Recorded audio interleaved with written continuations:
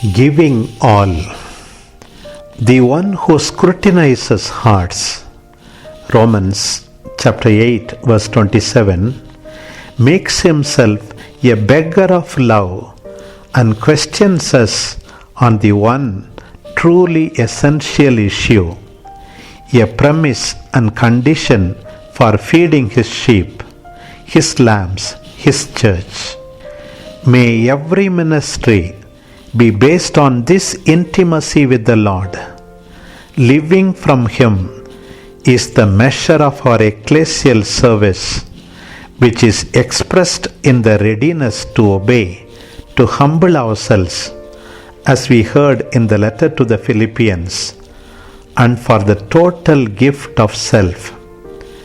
Philippians chapter 2 verses 6 to 11.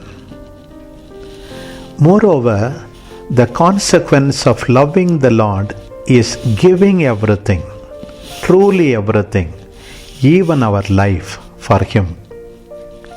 This is what must distinguish our pastoral ministry.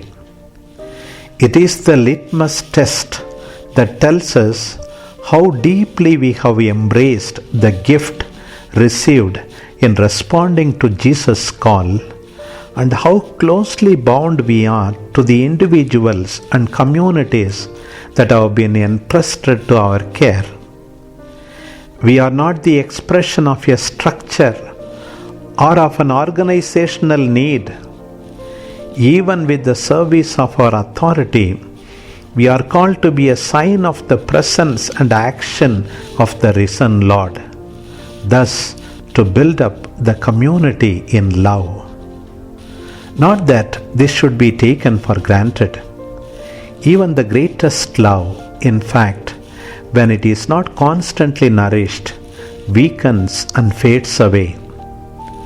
Not for nothing did the Apostle Paul recommend, "Take heed to yourselves and to all the flock, in which the Holy Spirit has made you guardians, to feed the church of the Lord, which He obtained with His own Son's blood." Acts chapter 20 verse 28. A lack of vigilance, as we know, makes the pastor tepid. It makes him absent-minded, forgetful, and even impatient. It tantalizes him with the prospect of a career, the enticement of money, and with compromises with a mundane spirit. It makes him lazy, turning him into an official, a state functionary concerned with himself, with organization and structures, rather than with the true good of the people of God. Then one runs the risk of denying the Lord, as did the Apostle Peter, even if he formally presents Him and speaks in His name. One obscures the holiness of the hierarchical mother church, making her less fruitful. Who are we before God? What are our trials? We have so many. We each have our own. What is God saying to us through them? What are we relying on in order to surmount them? Just as it was for Peter, Jesus' insistent and heartfelt question can leave us pained and more aware of the weakness of our freedom, threatened as it is by thousands of interior and exterior forms of conditioning that all too often give rise to bewilderment, frustration, and even disbelief. These are not, of course, the sentiments and attitudes that the Lord wants to inspire. Rather, the enemy, the devil, takes advantage of them to isolate us in bitterness, complaint, and despair. Jesus, the Good Shepherd, does not humiliate or abandon people to remorse.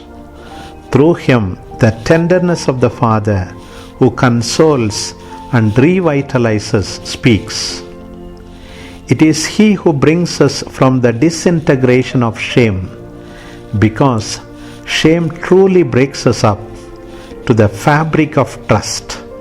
He restores courage, re-enters responsibility, and sends us out on mission. Peter, purified in the crucible of forgiveness, could say humbly, "Lord, you know everything. You know that I love you." John chapter 21 verse 17. I am sure that we can all say this with heartfelt feeling, and Peter, purified, urges us in his first letter to tend the flock of God, not by constraint but willingly, not for shameful gain but eagerly, not as domineering over those in your charge, but being examples to the flock. First letter of Peter, chapter 5, verses 2 to 3. Yes, being pastors means believing every day in the grace and strength that come to us from the Lord, despite our weakness, and wholly assuming the responsibility for walking before the flock, relieved of the burdens that obstruct healthy apostolic promptness, hesitant leadership, so as to make our voice recognizable both to those who have embraced the faith and to those who are not yet of this fold. John chapter 10 verse 16.